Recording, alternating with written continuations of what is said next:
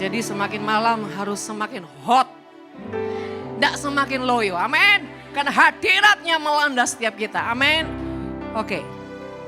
Bapak Ibu terkasih, malam hari ini kita mau belajar dengan satu tema. Apa alasan Tuhan harus memberkatimu? Saudara, kita mau belajar dari kehidupan Cornelius. Kita akan sama-sama buka dalam Kisah Para Rasul pasal yang ke-10, saudara. Kisah Para Rasul pasal yang ke-10.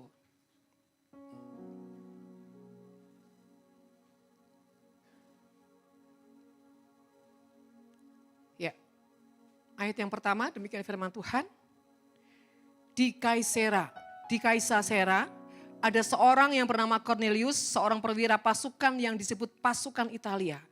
Ia saleh, ia serta seisi rumahnya takut akan Allah. Dan ia memberi banyak sedekah kepada umat Yahudi. Dan senantiasa berdoa kepada Allah. Dalam suatu penglihatan kira-kira jam 3 petang. Jelas tampak kepadanya seorang malaikat Allah masuk ke rumahnya dan berkata kepadanya, Cornelius. Ia menatap malaikat itu dengan takut. Ia berkata, ada apa Tuhan? Jawab malaikat itu, semua doamu dan sedekahmu telah naik ke hadirat Allah. Dan Allah mengingat engkau. Dan sekarang suruhlah beberapa orang ke Yope untuk menjemput seorang yang bernama Simon yang disebut Petrus. Ia menumpang di rumah seorang penyamak kulit yang bernama Simon yang tinggal di tepi laut. Setelah malaikat yang berbicara kepadanya itu meninggalkan dia, dipanggilnya 2 orang hambanya berserta seorang prajurit yang saleh dari orang-orang yang selalu bersama-sama dengan dia. Sampai di sini dulu. Kekasih Tuhan, dikatakan Cornelius ini adalah orang yang sangat saleh. Bahkan dia beserta seisi rumahnya takut akan Tuhan. Dan dia adalah orang yang sering memberi banyak sedekah. Dan senantiasa berdoa. Keren gak saudara? Bukan cuma dia yang saleh. Tapi seisi rumahnya adalah orang yang takut akan Tuhan. Dan orang yang rajin memberi sedekah. Memberi kebaikan. Dan senantiasa berdoa. Wow. Saudara, dia seorang perwira. Dia bukan seorang hamba Tuhan. Dia bukan seorang imam, bukan seorang nabi. Bukan seorang rasul. Tapi lihat kesalehannya. Dan saudara, saya ini sepanjang hari merenungkan firman ini.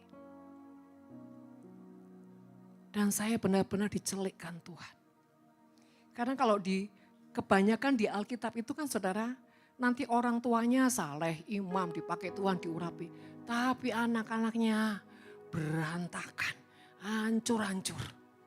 Dan itu banyak terjadi saudara. Di keluarga hamba-hamba Tuhan. Tapi saudara terkasih, ketika saya melihat satu tokoh yang luar biasa ini. Karena selama ini doa saya saudara. Tuhan, saya tidak mau seperti ada di Alkitab itu. Banyak orang-orang yang diurapi Tuhan tapi ujungnya keluarga berantakan.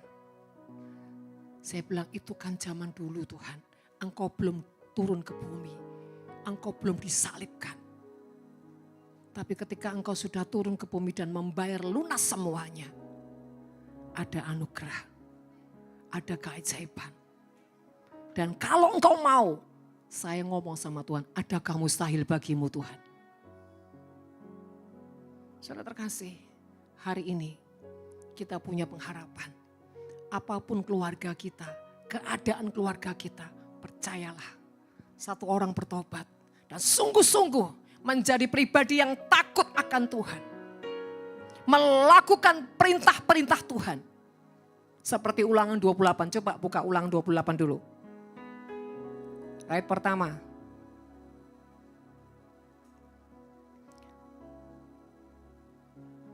Ulangan 28 ayat pertama. Ya. Jika engkau baik-baik mendengarkan suara Tuhan Allahmu, saudara, mendengar baik-baik. Bukan cuma mendengar sambil lalu, tapi dengar baik-baik itu apa? Memperhatikan, merenungkan, melakukan. Itu namanya dengar baik-baik. Karena seringkali saya ngomong sama anak-anak, bahkan anak rohani saya ngomong ABC. Saya ngomong apapun kadang-kadang, ya mami, tapi ujungnya tidak dilakukan. Ya mami, tapi tidak dilakukan. Saya bilang, ini Tuhan, ini telinga atau centelan panci. Saya bilang. Ada dua kemungkinan. Satu memang centelannya panci, dua memang bebal saudara ya. Saya harap saudara enggak dua-duanya ya. Amin. Nah saudara katakan, mendengarkan suara Tuhan Allahmu, melakukan dengan setia. Sebagian perintahnya atau segala saudara. Bilang, makanya kamu nyandet terus, soalnya kamu sebagian. Jangan sebagian, semua, bilang semua. Nah gitu saudara ya, biar gak ngantuk saudara. Dikatakan, segala perintahnya yang kusampaikan kepadamu, kapan saudara? Ingat loh ya, dicetet. Maka Tuhan Allahmu akan apa? Mengangkat engkau di atas segala bangsa. Wow, diangkat di atas segala bangsa. Ojo amin toh. Yes, amin. Nah, itu sampai ke tulang sumsum saudara ya. Dikatakan segala perkara ini akan datang kepadamu dan menjadi bagianmu jika engkau apa? Mendengarkan suara Tuhan Allahmu. Sekali lagi, yang diperhatikan saudara, dengar nih, dengar baik-baik. Dengar suara Tuhan Allahmu. Kenapa kok ujungnya ketika kita mendengar suara Tuhan baik-baik dan melakukan segala perintahnya, segala berkat itu akan datang kepada kita. Kenapa saudara? Kenapa saudara? Karena orang yang mendengar, orang yang meresponi, yang merenungkan, melakukan itu tanda hatinya sungguh-sungguh mau meletakkan segalanya untuk percaya sama Tuhan. Sekalipun tidak mudah, tapi punya keputusan, punya tekad. Saudara terkasih, ini yang diperhitungkan Tuhan. Karena hatinya percaya, tidak setengah-setengah. Nah kekasih Tuhan, di sini kita belajar bahwa Kornelius ini orang yang saleh. Dan ketika dia berdoa jam berapa? Coba kita baca. Kalau saudara berdoa pagi jam berapa? Jam berapa?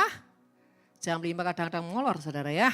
Sudah jam 5 masih molor sampai ini ayam berkokok bukan 3 kali lagi. 10 kali baru saudara bangun. Kadang ya begitulah saudara. Yuk baca ayat ketiga. Dalam suatu penglihatan kira-kira jam 3 petang.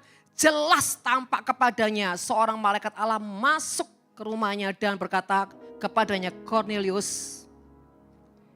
Ibaratnya begini saudara.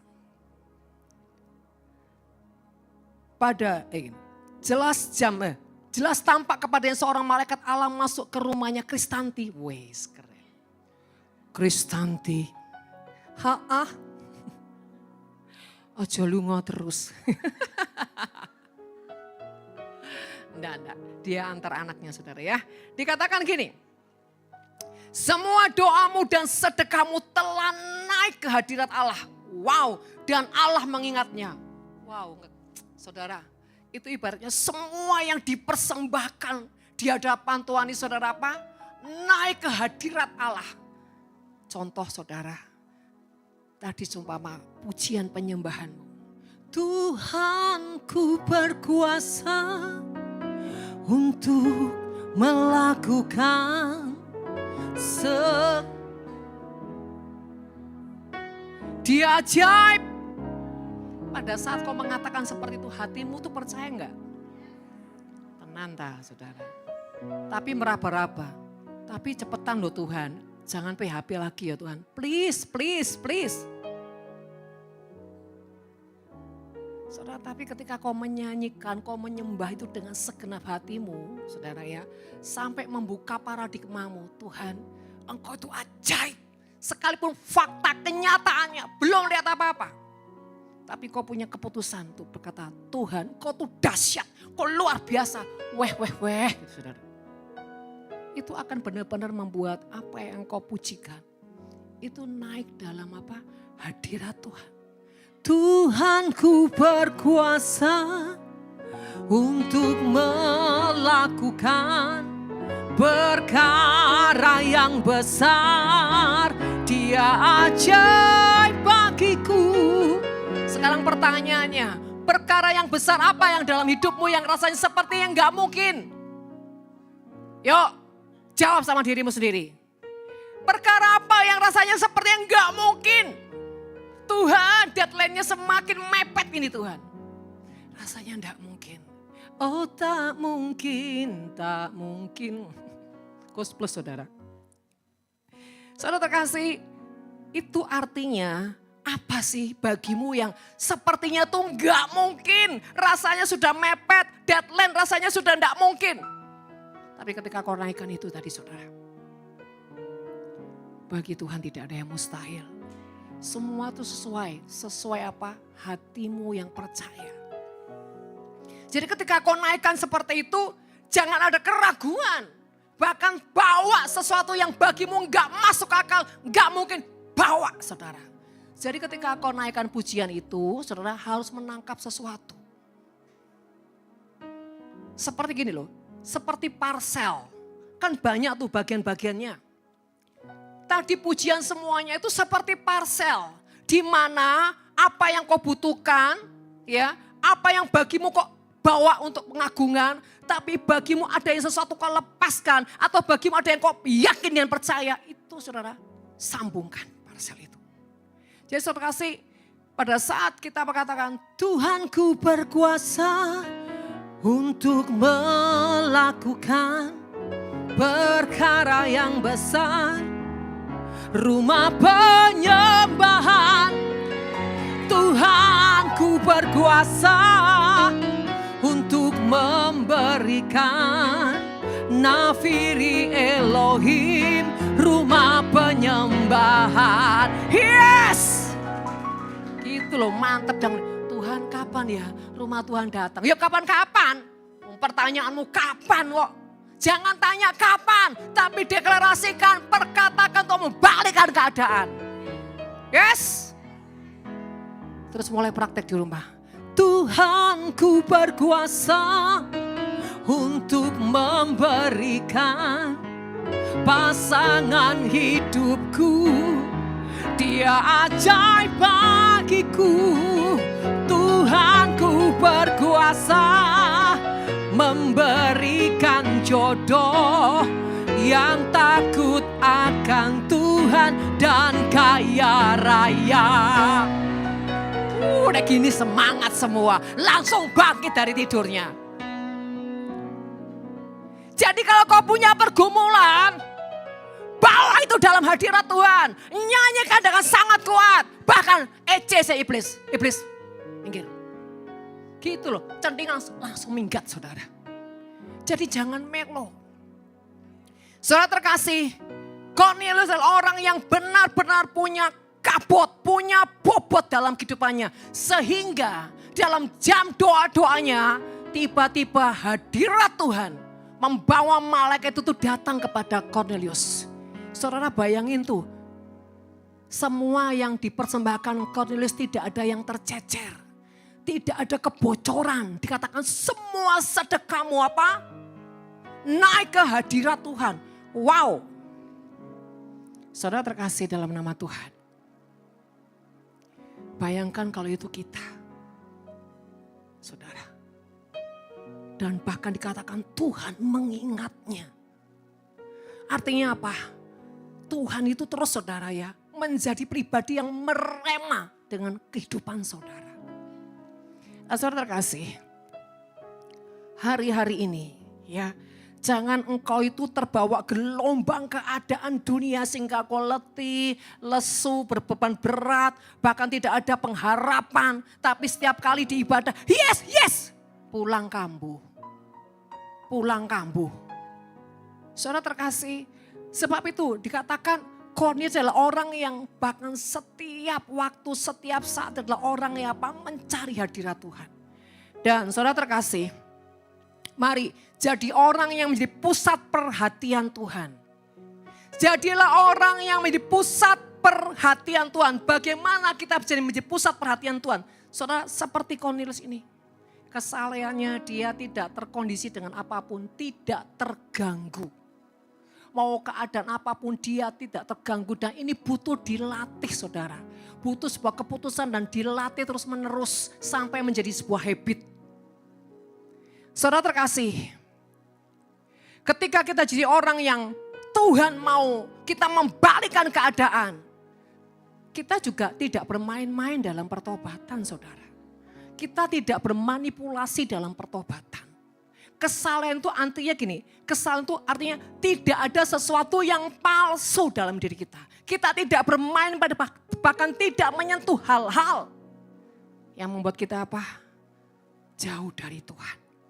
Saudara, seringkali ini ketika ada orang-orang yang konseling saudara ya, dalam keadaan misalnya itu sakit, bahkan ekonomi, masalah keluarga. Saya sering ngomong begini, jadilah orang yang punya ketetapan hati untuk percaya. Punya ketetapan hati untuk setia dengan Tuhan. Bahkan gini, tadi saudara ya, saya ini lagi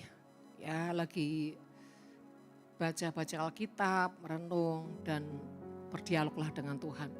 Dan tiba-tiba saudara, saya itu teringat akan sesuatu. Dan ketika seseorang ini disebut saudara sama Tuhan, tiba-tiba hati saya seperti tak gitu saudara. Dan saudara terkasih, awalnya saya bilang gini, iya Tuhan, ini orang kebangetan ya. Roh Kudus senyum saudara. Orang ini kebangetan atau kamu yang sakit? Oh iya. Langsung saya tenangkan hati, telusuri hati saya bilang gini, kenali jiwaku ada apa dengan diriku ini. Saya cuma bilang gini, iya Tuhan, ini orang kebangetan. Padahal itu enggak urusan sama saya loh saudara, bukan urusannya sama saya, urusannya sama orang lain. Tapi saya bilang ini kebangetan orang ini. Dan saudara terkasih, itu pun loh Tuhan tuh bilang gini, orangnya yang kebangetan atau kamu yang sakit atau kamu yang kena virus. Nah saudara, kadang-kadang kita ini kan gampang saudara. Ya. Dan di situ saya merenungkan, iya ya Tuhan ya, harusnya reaksi saya enggak seperti itu. Harusnya reaksi saya bilang gini, Tuhan, Bu ya tolong orang ini sadarkan Tuhan. Dia itu sangat terbelenggu dengan roh jahat yang menguasai jiwanya. Belas kasih-Mu Bapa. Saudara terkasih, hati-hati. Itu kalau kita biarkan menjadi sebuah penyesatan. Kalau kita biarkan akan membuat kita tergulung saudara. Ada banyak hal. Nah kembali lagi saudara. Ketika kita menjadi orang yang membuat Tuhan itu berpusat kepada kita. Kita juga harus mengerti apa yang harus kita lakukan dalam hidup ini. Bahkan saudara terkasih, Cornelius ini orang yang benar-benar, ya ini saya sering mengalami gini ya. Bahkan sampai hari ini saya tuh sering mengalami. Ada orang yang gini, dia tuh cuma gini, batin untuk dalam hati. Tuhan, Bu ya tolong saya begini atau apa permohonan saudara yang itu berkaitan perlu saya datang atau gimana lah saudara ya. Singkat cerita, ketika saya ini ngobrol dengan beliau, dia bilang gini, Ibu tahu saya itu doa. Tuhan kirim orang yang tepat supaya saya ini bisa sharing, saya bisa belajar, saya bisa dibimbing dan bla bla di masa yang tepat. Dan singkat cerita saya ini sedang terus saudara membawa beliau ini dalam pembimbingan Tuhan. Bahkan beberapa tahun yang lalu ya, saya pernah ingat. Tiba-tiba saya itu disuruh ke Singapura, berangkat pagi, pulang siang. cuma karena satu orang. Cuma membereskan untuk satu orang. Berangkat pagi, pulang siang. Dan pada saat itu tiket lumayan mahal, saudara. Tapi kalau Tuhan sudah mengutus, dia enggak pusing dengan harga. Begitu saya datang, saudara, dia cuma nangis.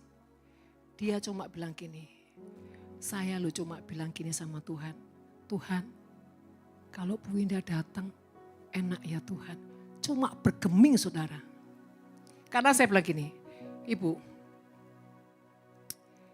kamu ini kok istimewa sekali ya.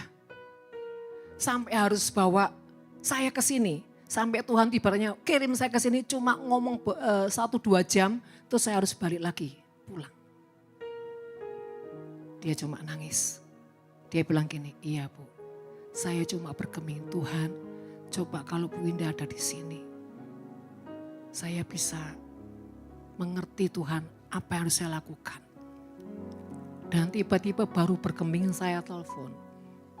Ibu, tolong jemput saya nanti di airport, oke? Wah, dia kaget, saudara. Ibu serius. Jadi waktu dia jemput saya, dia sudah nangis, saudara. Saya tuh sering kali, saudara, menemukan hal-hal yang seperti itu. Bukan saya yang maha tahu. Tapi kerinduan orang yang dicintai Tuhan tuh. Sehingga membawa hambanya harus datang dan melayani, saudara. Tapi saya sudah berdoa loh Bu, Ibu kok gak datang-datang. Kurang tekun. Kurang percaya. Atau gak siap dengan apa? Suara Tuhan. Suara terkasih.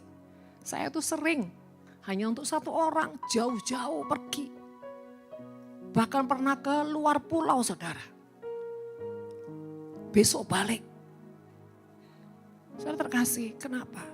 Kalau Tuhan sudah mencintai seseorang, apapun dia akan lakukan, saudara.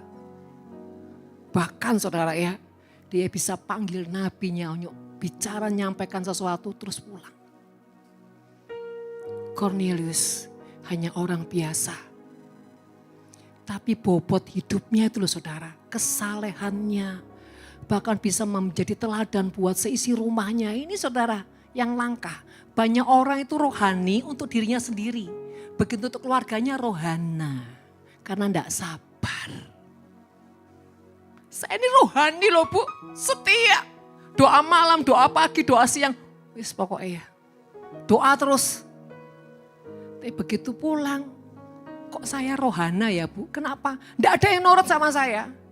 Berani semua mbak saya Bu, ngelawan dan bla bla. Lah kamu di rumah tetap rohani atau rohana? Ini yang menentukan saudara. Kalau engkau di rumah tetap rohani, saya percaya itu berdampak. Nah banyak orang tuh rohani cuma apa? Di gereja, di pelayanan, di lingkungan orang-orang gereja. Keluar gereja, kumat rohana. Pada rohana tuh cantik dan baik loh saudara. Artinya gini, jangan pakai 2 kehidupan dalam hidup ini. Pakai 1 kehidupan. Kalau engkau menjadi orang yang rohani, engkau saleh, engkau juga di rumah juga sama. Indikasimu jangan berubah. Ketika kau di rumah, ketika kau di komunitas gereja, ketika kau pelayanan, semua harus sama. Tapi sesuatu yang sama dimulai dari yang diri dalam, bukan dari luar. Kalau dari dalamnya saudara memancarkan sebuah kebenaran, maka di luar dimanapun kau punya sumber kebenaran. Bahkan saudara dikatakan seisi rumahnya ini takut akan Tuhan. Wow. Saya tanya nih, Bapak Ibu jujur. Untuk menggarami keluarga, susah apa gampang? Susah. Kenapa susah? Karena tahu semua. Memangnya kalau tahu semua, gawat. Saudara ini loh yang seringkali kita enggak pernah merenungkan. Memang kita ini harus jadi suratan yang terbuka. Bukan yang tertutup. Artinya hidup kita ini senantiasa terbuka dan terlihat jelas. Makanya jangan hidup abu-abu. Nek putih-putih, nek hitam-hitam. Jangan hitam putih saudara. Nanti nyanyi hitam atau putih. Kalau putih-putih, kalau hitam-hitam, artinya gini, kalau engkau jadi orang yang takut akan Tuhan, kemanapun kau harus punya nilai yang takut akan Tuhan, memancarkan bahkan meradiasi hati yang takut akan Tuhan. Jangan punya pribadi yang ganda. Itu membuat engkau apa? Tidak punya kuasa atas doamu. Saudara, firman Tuhan berkata bahwa keluarga kita ini bahkan dimenangkan tanpa perkataan. Suami dimenangkan tanpa perkataan, tapi karena perbuatan. Jangan kita ini kebanyakan perkataan. Kamu ya harus takut akan Tuhan, rajin ke gereja ya, baca firman Tuhan, jangan doa. Dior. Tapi kehidupannya sendiri tidak mencerminkan apa yang dia ngomong. Banyak enggak kayak gini saudara? Banyak. Lebih baik enggak usah banyak bicara. Tunjukkan hidupmu takut akan Tuhan.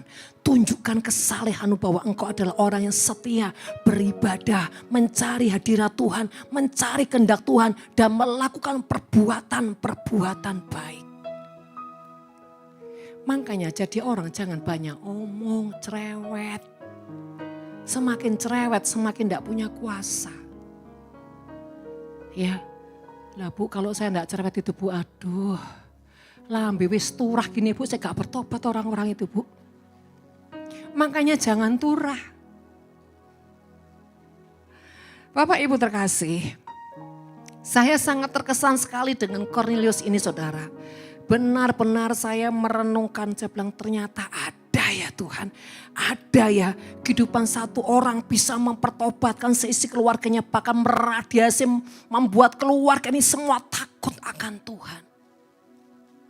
Wow, saudara banyak orang itu ya, cuma di luarnya tok saudara, warnanya sama.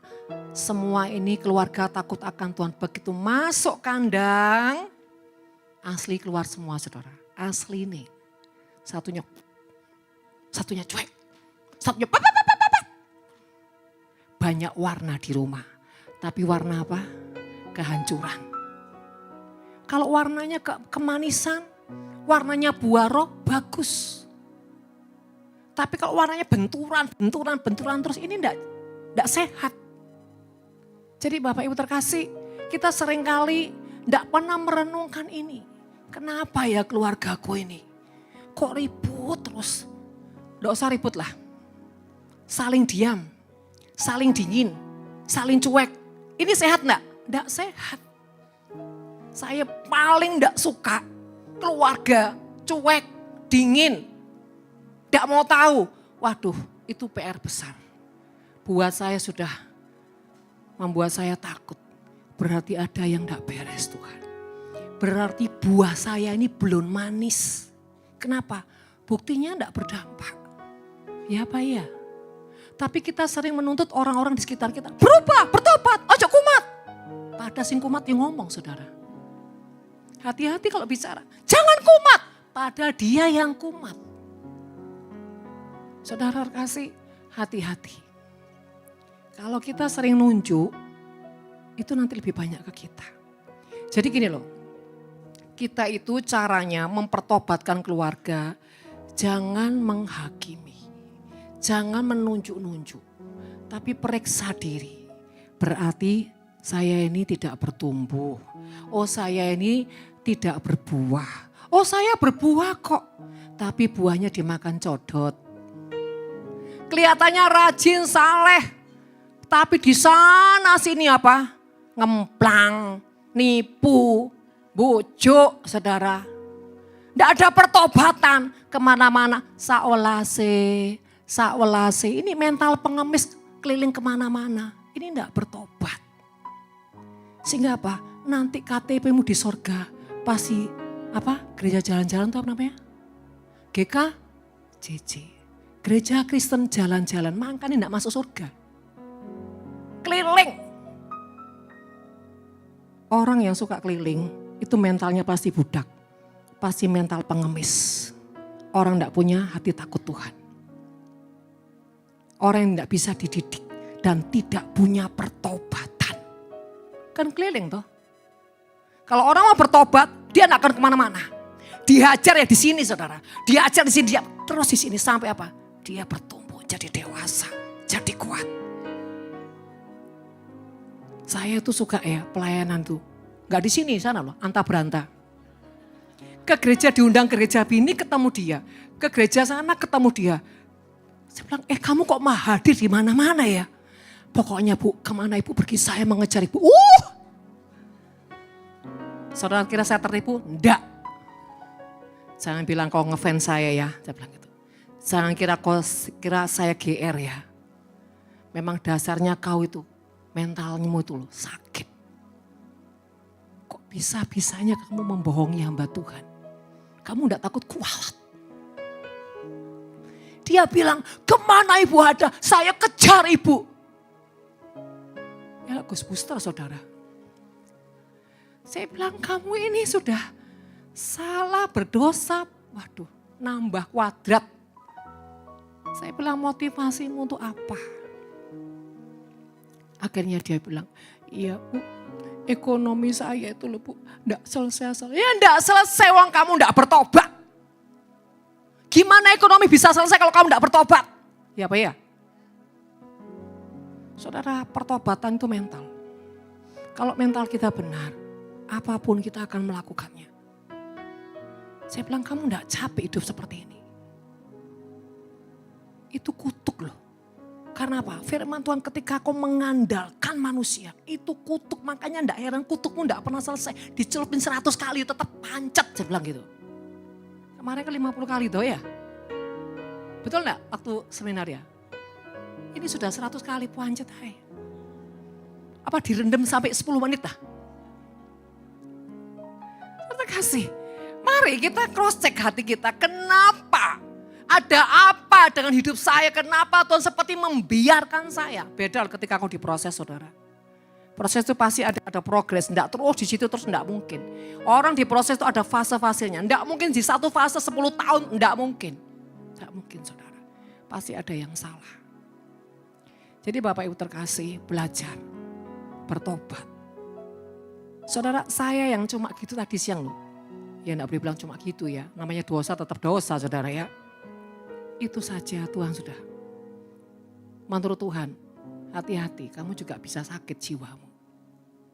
Hanya karena punya penilaian yang salah. Saudara terkasih, mari kita ini jadi orang yang benar-benar takut akan Tuhan. Jangan bangga dengan mental-mental yang dikasihani orang. Saudara jangan bangga loh kalau bilang saya itu ya luar biasa. Di sana saya dikasihani orang. Di sini saya diwelas asih sama orang. Loh kok saya bilang. Hidupmu tuh jangan minta belas kasih. Tapi memberi belas kasih. Jangan kemana-mana minta belas kasih. Ini mental sakit cacat. Itu apa? Menghina Tuhan. Kau kira kalau kau enggak pakai cara seperti itu, Tuhan enggak bisa berkati. Saudara terkasih, mari jadi orang yang dimana Tuhan itu berdiri untuk membela engkau. Tuhan membela Cornelius sampai dia harus mengirimkan malaikatnya, sampai dia harus mengirimkan nabi, rasulnya. Saudara terkasih, mari hidup kita punya hak untuk dibela Tuhan. Hidup kita ini punya hak untuk apa? Tuhan kirim malaikatnya, Tuhan kirim nabinya. Kita punya hak kalau kita menjadi orang yang saleh dan kesalahan kita sejati. Apa dampak atau bukti bahwa kita punya kesalahan sejati? Berdampak di rumah.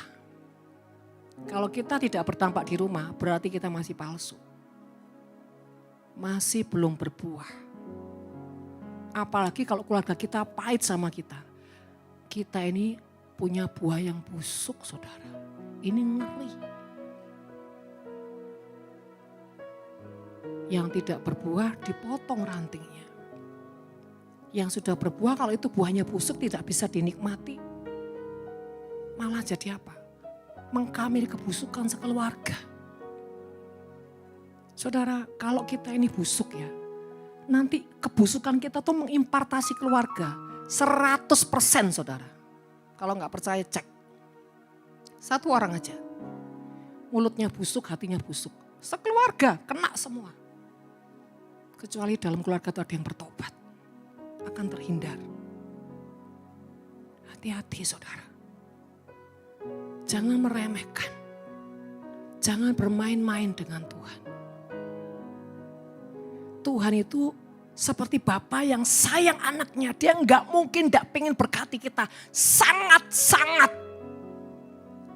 Bahkan dikatakan Tuhan akan mengangkat engkau ke bangsa, lebih dari bangsa-bangsa. Itu saudara keinginan Tuhan. Dan saya berharap saudara, supaya di Nafiri itu tidak ada yang seperti itu. Mental-mental yang suka dikasihani atau mengasihani diri, egois. Ya. Dan silau dengan sesuatu yang wow. Jangan suka silau saudara. Contoh, misalkan saudara ada ibadah atau hamba Tuhan yang spektakuler. Langsung sudah berduyun-duyun. Mengejar urapannya. Saya kasih tahu ya. Hamba Tuhan juga manusia biasa. Jangan kita ini punya ambisi tentang pengurapan. Dan kalau kita mau didoakan hamba Tuhan pun tanya Tuhan. Iya kalau kondisi hamba Tuhan ini lagi baik-baik, lagi fresh. Kalau dia lagi emosi, lagi jiwanya terganggu banyak tekanan, dia lagi oleng, dia lagi nggak benar posisinya. Gimana saudara? Yang turun bukan berkat saudara, yang turun kutuk. Ini akhir zaman. Hati-hati. Jangan silau itu, wow ini hamba Tuhan pasti luar biasa dahsyat. Jangan tertipu. Tenangkan hati. Uji segala sesuatu. Tanya Tuhan. Bu, apakah saya nggak boleh kalau misalkan ada kakak di sana? Boleh, silakan. Asal jangan emosimu yang bergerak. Jangan emosimu yang jadi landasan. Tapi tanya Tuhan. Kehendak Tuhan. Dan motivasimu apa? Tidak masalah, boleh silakan. Apalagi kalau itu hamba Tuhan yang benar-benar diurapi, yang sungguh-sungguh hidupnya takut akan Tuhan. Wah malah saya suruh, ayo minta impartasinya.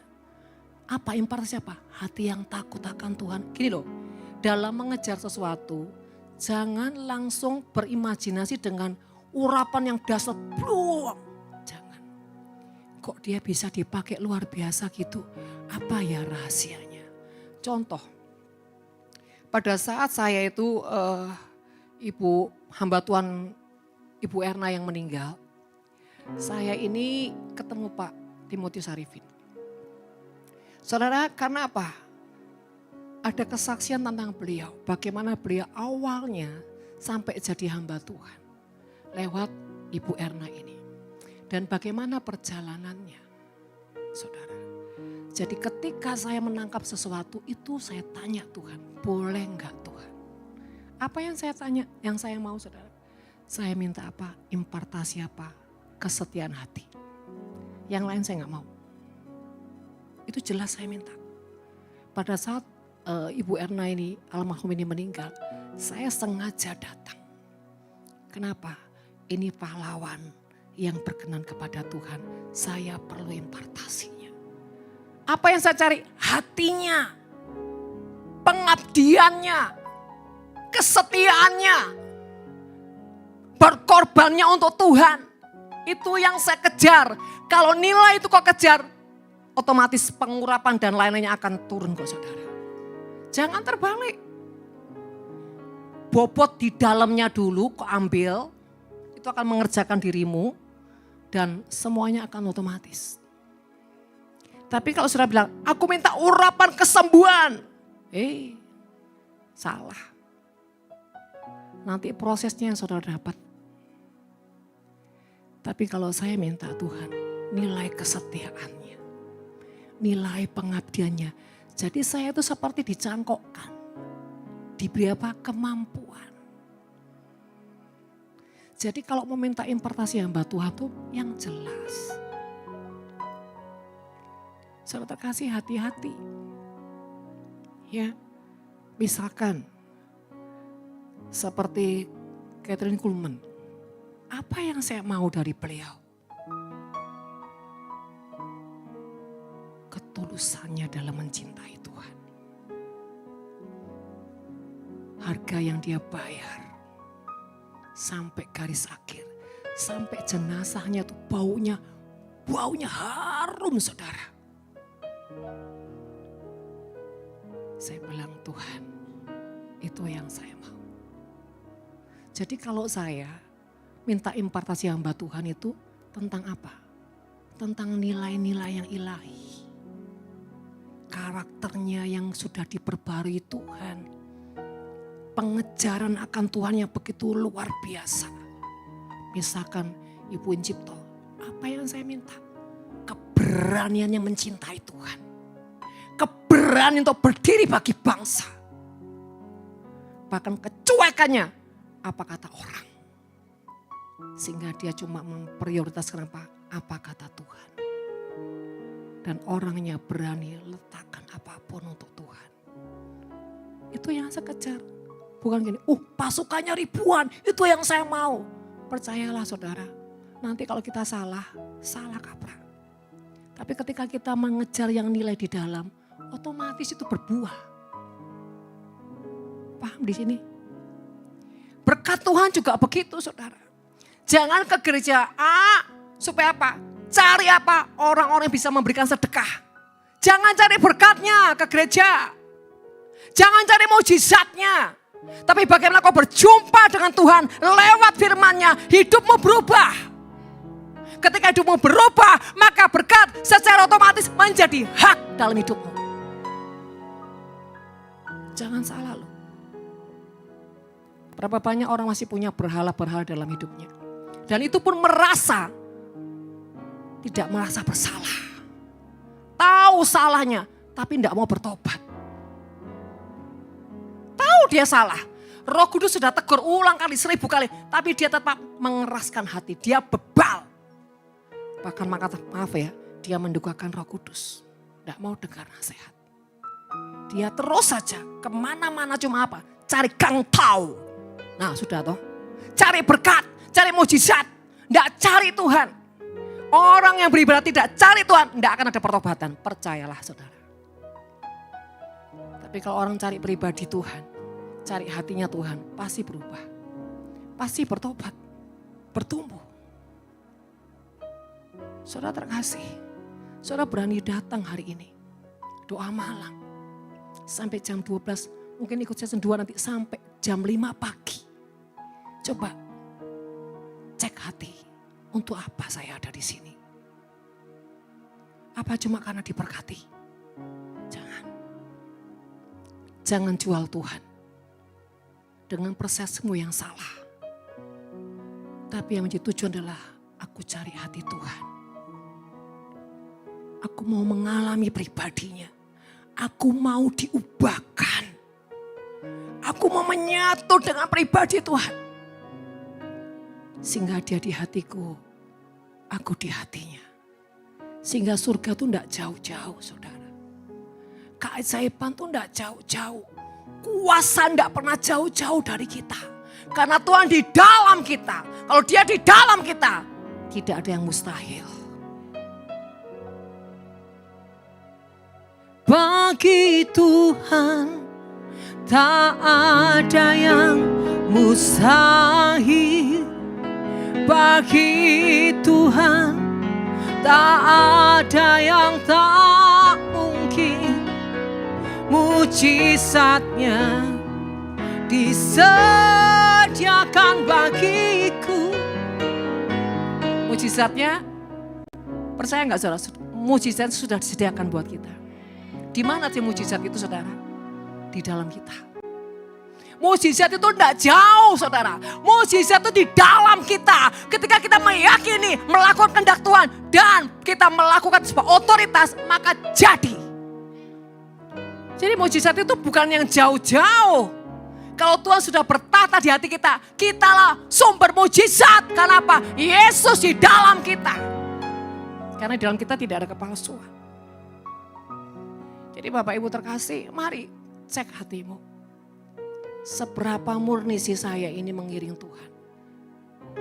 Apa sih motivasi saya dalam mencari Tuhan? Saya beberapa kali temu orang yang dia bilang gini, hidup saya ini enggak berubah-berubah Bu. Miskin, terus utang, terus capek saya. Saya bilang yang bikin enggak bisa mengalami mujizat adalah sikap hatimu. Kau terlalu keras hati, kau terlalu bebal, kau terlalu egois. Dan orang seperti ini enggak mau bayar harga. Maunya yang gampang-gampang, yang instan, yang cepat. Saudara terkasih. Dan itu pun dia masih berbantah dan bla bla bla bla bla. Dia bilang, capek Ibu ikut Tuhan. Saya bilang lama-lama kamu akan meninggalkan Tuhan. Saya bukan menyumpahi kamu, tapi kalau lihat modelmu kayak gini. Kamu enggak pernah tulus dengan Tuhan. Kamu tuh enggak pernah tulus, coba sadari. Kami sempat ngobrol lama saudara. Dan ujungnya, akhirnya dia menyadari. Akhirnya dia ngomong sendiri, keluar dari mulutnya itu saudara. Sesuatu yang keluar dari mulutnya itu yang dari hatinya. Dia ujungnya ngomong gini, ya memang sih Bu, sebetulnya aku itu ikut Tuhan. Bukan karena aku mengasihi Tuhan. Aku pikir jadi orang Kristen enak lah, diberkati. Sakit disembuhkan. Miskin diperkaya, kan enak Bu. Kutuk dipatahkan. Tapi kenyataannya enggak. Nah itu sama. Kamu ibarat orang ya, menikah tapi motivasinya salah. Kalau aku sendirian kan aku menanggung hidup, beban banyak. Aku kawin sandaran. Supaya pas sandaranku akan membiayai hidupku. Tambah saudara, dibebani saudara. Kenapa salah? Motivasi yang salah itu tidak akan mengalami kemenangan, percayalah. Malam hari ini kita doa malam. Kita menyembah Tuhan.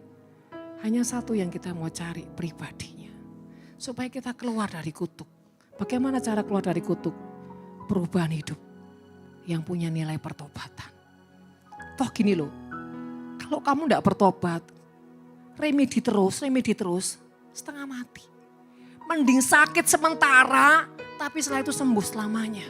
Betul saudara? Kita tuh sakit sementara, wah sesek. Tapi setelah itu ketika kita menang, kita ini berkemenangan malah apa? Kita jadi orang bisa melepaskan kutuk-kutuk orang lain. Lewat kesaksian hidup kita, lewat kebenaran kita memancar saudara. Sekali lagi, kalau hidupmu tidak bisa, bahkan belum bisa menjadi sebuah radiasi yang pernah di keluarga, berarti ada yang salah. Engkau belum bertumbuh, engkau belum berbuah, walaupun engkau berbuah engkau masih buah yang dimakan, banyak binatang-binatang hama. Tapi kalau engkau sudah berbuah, pasti buahmu itu akan dinikmati orang-orang sekitarmu dengan berkata, waduh manis, enak ya, sedap ya. Percaya saudara, itu dampak, itu tanda. Jadi kalau sampai di keluarga belum ada sebuah perubahan, itu PR buat kita. Ya, saudara kalau saya tuh lihat anak saya di kamar, sudah keluar, itu aja saya sedih saudara. Ada apa sama kamu ini? Itu sudah sangat mengganggu saya. Apalagi kalau di rumah, ribut, waduh. Rumah kayak neraka. Waduh, ngeri saudara. Ngeri gak kalau di rumah tuh ribut ya. Saudara terkasih, mari renungkan. Apakah hidup saya ini sudah membuahkan sebuah kesalehan? Yang ketiga, ketika hidup kita ini sudah meradiasi di keluarga, kita itu cari Tuhan pagi-pagi enggak beban. Tuhan, saya ngantuk Tuhan. Nanti ya Tuhan, 10 menit lagi. Bablas 20 menit. Kalau engkau masih punya hati berat cari Tuhan pagi-pagi, kesalehanmu belum berbuah. Kalau sudah berbuah akan mempengaruhi keluarga. Kalau sudah berbuah, engkau akan cari Tuhan pagi-pagi. Mau tidur jam berapapun, cari Tuhan pagi-pagi. Kenapa? Ketika kau terbangun di pagi hari, kau mengingat akan Tuhan seperti ada sesuatu yang membangkitkan geloramu. Jangan pagi-pagi buka Instagram. Kok firman opo? Iki nyanyi ini mana? Nyanyi ini mana? Sama ngantuk-ngantuk.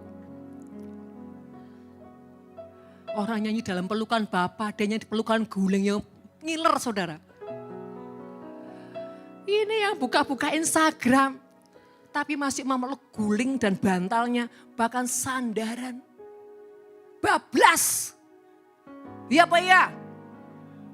Jadi nanti kalau yang masuk surga cuma Instagramnya, jangan salahkan Tuhan. Kok setor-setor nama tok tuh. Yang lebih heran lagi kalau sudah didoakan, tadinya cuma 30, muncul tiba-tiba. Loh ini kok tambah, tiba-tiba kok bertambah-tambah ini. Sudah detik-detik didoakan. Wah ini palsu ini. Saya terkasih. Mari, jangan mencintai yang palsu. Terusiklah dengan sesuatu yang tidak murni. Yang tidak sejati terusik. Jangan tidak terusik. Belajar mencintai yang sejati, yang murni. Maka apa? Kehidupanmu menjadi suratan firman yang terbuka. Tidak akan perlu ditutup-tutupin borok, ditutupin bau basin saudara. Percayalah. Firman Tuhan berkata nama yang harum itu lebih mahal dari minyak wangi. Nama yang harum. Bagaimana kita bisa menghasilkan nama yang harum? Hidup kita saudara. Hidup kita. Punya kebaikan kepada semua orang. Tidak pilih-pilih. Sama semua orang baik, tidak punya musuh. Saya tidak punya musuh Bu, cuma 3. Podo wae saudara. Kita tuh tidak boleh punya musuh. Lah kok cuma 3? Bapak Roh Kudus itu tambah 6 saudara. Saya tidak Bu, 1 aja Bu. Itu tidak mati, tidak. Selesai nih saya. Rasanya kalau dia mati baru selesai Bu, atau saya yang mati. Loh kalau kamu yang mati masuk neraka nanti. Saya terkasih, ada orang bilang gini, Bu saya tuh bisa mengampuni semua, pokoknya saya ngalah. Tapi sama satu ular belukar ini Bu. Saya yakin saudara. Biar Tuhan datang saya tidak akan mengampuni, coba barengin saudara. Wah ngeri sekali saudara. Tapi rajin ke gereja, pelayanan. Bahasa roh peperangan roh. Siwalan sampai sialan saudara. Bahasa rohnya keseliukan apa? Sakit hati. Saudara terkasih kadang-kadang saya tuh memperhatikan orang-orang yang bahasa roh dengan punya sakit hati itu waduh terasa banget saudara. Kayak pisau. Makanya kalau yang sakit-sakit hati jangan bahasa roh ya. Kerasukan nanti. Kecuali mau bertobat. Ya, itu tambah sakit hati tambah dikenceng bahasa roh. Supaya kelihatan hebat. Lu tambah kayak batangi itu saudara. Ya, ini bahasa roh tapi sakit hati. Terus wajahnya seperti ada orang bahasa roh. Kayak kerasukan. Itu kenapa? Saya takut sarafnya pedot saudara. Karena apa? Ada racun-racun kemarahan. Jadi Bapak Ibu terkasih, coba belajar dari Cornelius. Sampai Tuhan harus membela Cornelius ini. Bahkan sampai mendatangkan Petrus. Bahkan ketika saudara baca selanjutnya ya, itu ketika dia ketemu Petrus, Cornelius itu sampai sujud saudara. Ini sebagai apa? Orang yang sudah diakui Tuhan tetap jaga kerendahan hati. Saya satu kali pernah gini. Saya datang ke rumah orang, dia itu dengan sombong dan percaya diri. Aku ini Bu ya, itu sayang Tuhan yang ini. Ibu bisa tak panggil tanpa aku bicara, tanpa aku telepon. Dia sombongnya. Ibu datang, saya tak tebak Bu, ibu pasti datang. Aku pokoknya dibela Tuhan Bu. Dalam hatiku belum tahu apa yang akan kukatakan. Loh sudah GR saudara. Saya masuk rumah pintu rumah itu. Aku ini disayang Tuhan Bu. Buktinya ibu sampai datang. Kan ibu di telepon susah, cari ibu susah. Lebih gampang cari Jokowi daripada cari ibu.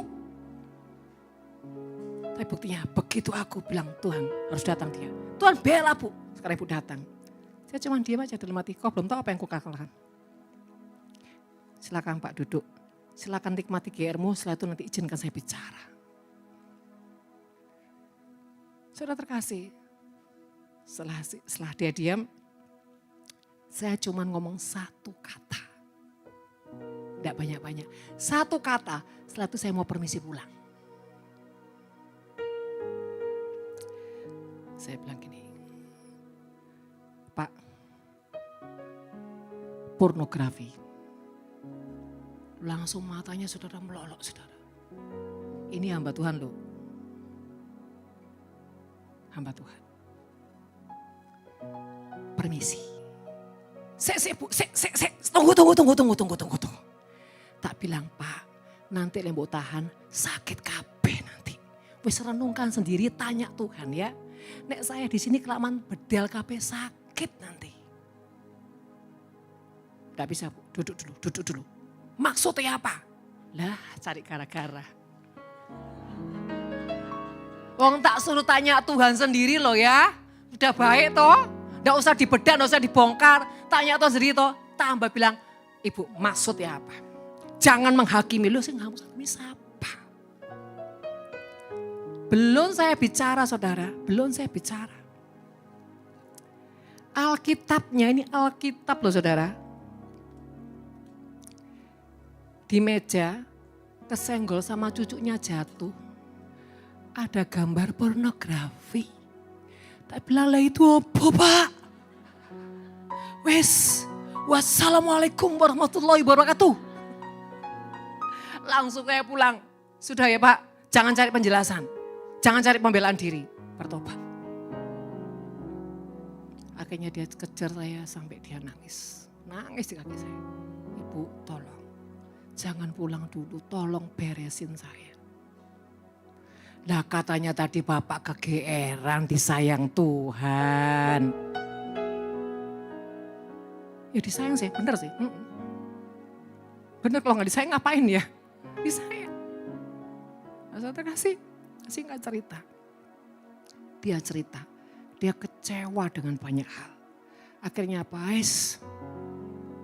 Aku tetap mau pelayanan, tapi aku tetap dengan diriku sendiri. Nah coba saudara. Dan hampir cerai sama istrinya. Saya lihat rumahnya sepi, tidak ada siapa-siapa. Saya bilang, mana domba-dombamu?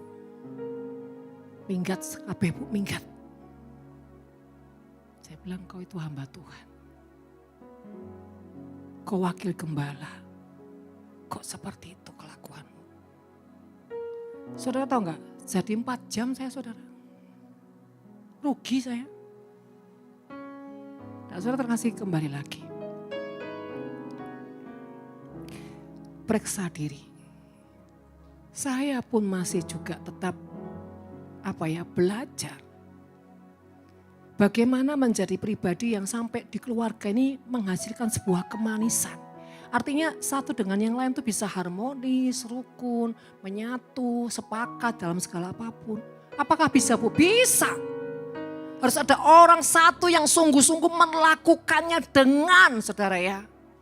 Tekun. Karena apa? Supaya Kristus itu nyata di keluarga kita. Bukan cuma kita yang dipenuhi Tuhan, tapi keluarga kita juga harus dipenuhi Tuhan. Anak-anak kita harus dipenuhi Tuhan. Harus. Bukan kita yang terlalu rohani tinggi, tapi anak-anak kita semua terdampar. Jangan saudara, ngeri. Bahkan orang tua kita. Itu menjadi tanggung jawab kita. Ya, jadi kekasih Tuhan, mari pagi hari ini, malam hari ini saudara. Inginkan hidup seperti Cornelius. punya kesalehan yang sejati, sampai bagaimana hidupku bisa mengkamiri, bisa mempengaruhi keluargaku, bahkan keluargaku yang jauh-jauh tuh bisa berubah karena apa? Perubahanku. Setiap kali ada masalah dia selalu telepon, cari saya, cari minta nasihat Tuhan lewat saya. Bahkan saya ini menjadi penasihat-penasihat di keluarga besar. Sampai seperti itu saudara. Coba menyelamatkan jiwa bukan hanya berpusat pada yang di luar. Tapi bagaimana di keluarga kita. Jadikan keluarga kita keluarga yang sungguh-sungguh cinta Tuhan. Tadi saya mau berangkat, saya bilangin sama suami saya. Papi juga harus ke gereja loh ya. Iya, saya kan jemaat YouTube. Enggak boleh papi, harus ke gereja. Nanti papi enggak bisa masuk surga loh. Dia cuman mesem-mesem, tapi dia menganggukkan kepala. Itu saudara. Kalau kita ngadepi orang sing kuaku jaim gengsi, kita harus seperti anak kecil. Ya, harus ke gereja loh ya. Supaya aku dicintai Tuhan. Jadi, papi harus ke gereja. Saya akan begini, pasti saya akan Lucifer gitu saudara nanti. Terutama istri-istri itu ya, jangan suka minteri suami. Kalau suami ini kaku, sepertinya tidak berkenan sama Tuhan, lembutkan hatimu untuk sentuh suamimu. Sayangku, aku lihat sesuatu yang sepertinya Tuhan tidak suka loh sayang. Gitu loh cara ngomongnya. Saya ini hari-hari ini ngomong sama suami saya gini. Kakinya lagi sakit saudara. Makanya papi cari Tuhan ya. Kalau cari Tuhan itu enak. Kalau dulu dia bantah, sekarang enggak. Dia menikmati apa yang saya ucapkan. Seperti dia buka hati. Tadi saya bilang gini, nanti ke gereja ya. Kalau malu datang ke nafiri, saya antar ke lain enggak apa-apa dah. Kalau pria itu kan gitu saudara ya, harga dirinya. Itu buat dia tuh penting. Jadi kita sebagai wanita tuh harus mengerti. Yang penting apa? Dia kenal Tuhan, bersama Tuhan. Enggak apa-apa, beda gereja enggak masalah. Kan semua tubuh Kristus. Anak saya aja masih di Mawar Saron. Saya bilang, kok kamu di situ sih? Mama tersinggung. Enggak juga. Terserah dia. Yang penting dia punya hidup yang bertumbuh dan berbuah. Tidak masalah, tidak selalu semua ikut saya. Yang penting kamu bisa berbuah nak. Keluarga rumah tanggamu oke, takut Tuhan. Jangan memaksakan kehendak kita kepada kehendak anak. Papa di sini loh ya, kamu di sini. Harus, Pa, memangnya sepur baris-baris. Kalau mau anak kita bersama-sama dengan kita ya kasih contoh toh yang baik. Kasih buah yang bisa dinikmati, dirasakan mereka. Yang kedua apa? Biarlah kehendak dan kedaulatan Tuhan. Kita ini bukan Tuhan untuk maksa-maksa siapapun. Kok satu keluarga kok gereja beda-beda Bu? Terserah. Dia nyamannya di mana. Buat saya gini, satu kali biar dia jadi berkat di sana, enggak apa-apa. Saudara, kita ini harus punya pemikiran yang fleksibel. Ya, jadi Bapak Ibu terkasih, titip doa juga ya untuk suami saya. Kan saya juga manusia biasa. Perlu juga ditopang doa. Ya. Nah kembali lagi saudara terkasih. Bagaimana kehidupan kita hari-hari ini sampai Tuhan ya membela kita, bahkan berdiri di depan kita. Bahkan berkata engkau layak diberkati, engkau layak ditolong, bahkan engkau layak dibela, bahkan engkau layak diangkat. Jadi seperti Cornelius. Mari saudara terkasih, kalau kau rindu di situ, katakan Tuhan, aku mau mengikuti jejak seperti Cornelius. Mari saudara angkat tanganmu dan kau berdiri. Terima kasih Bapa.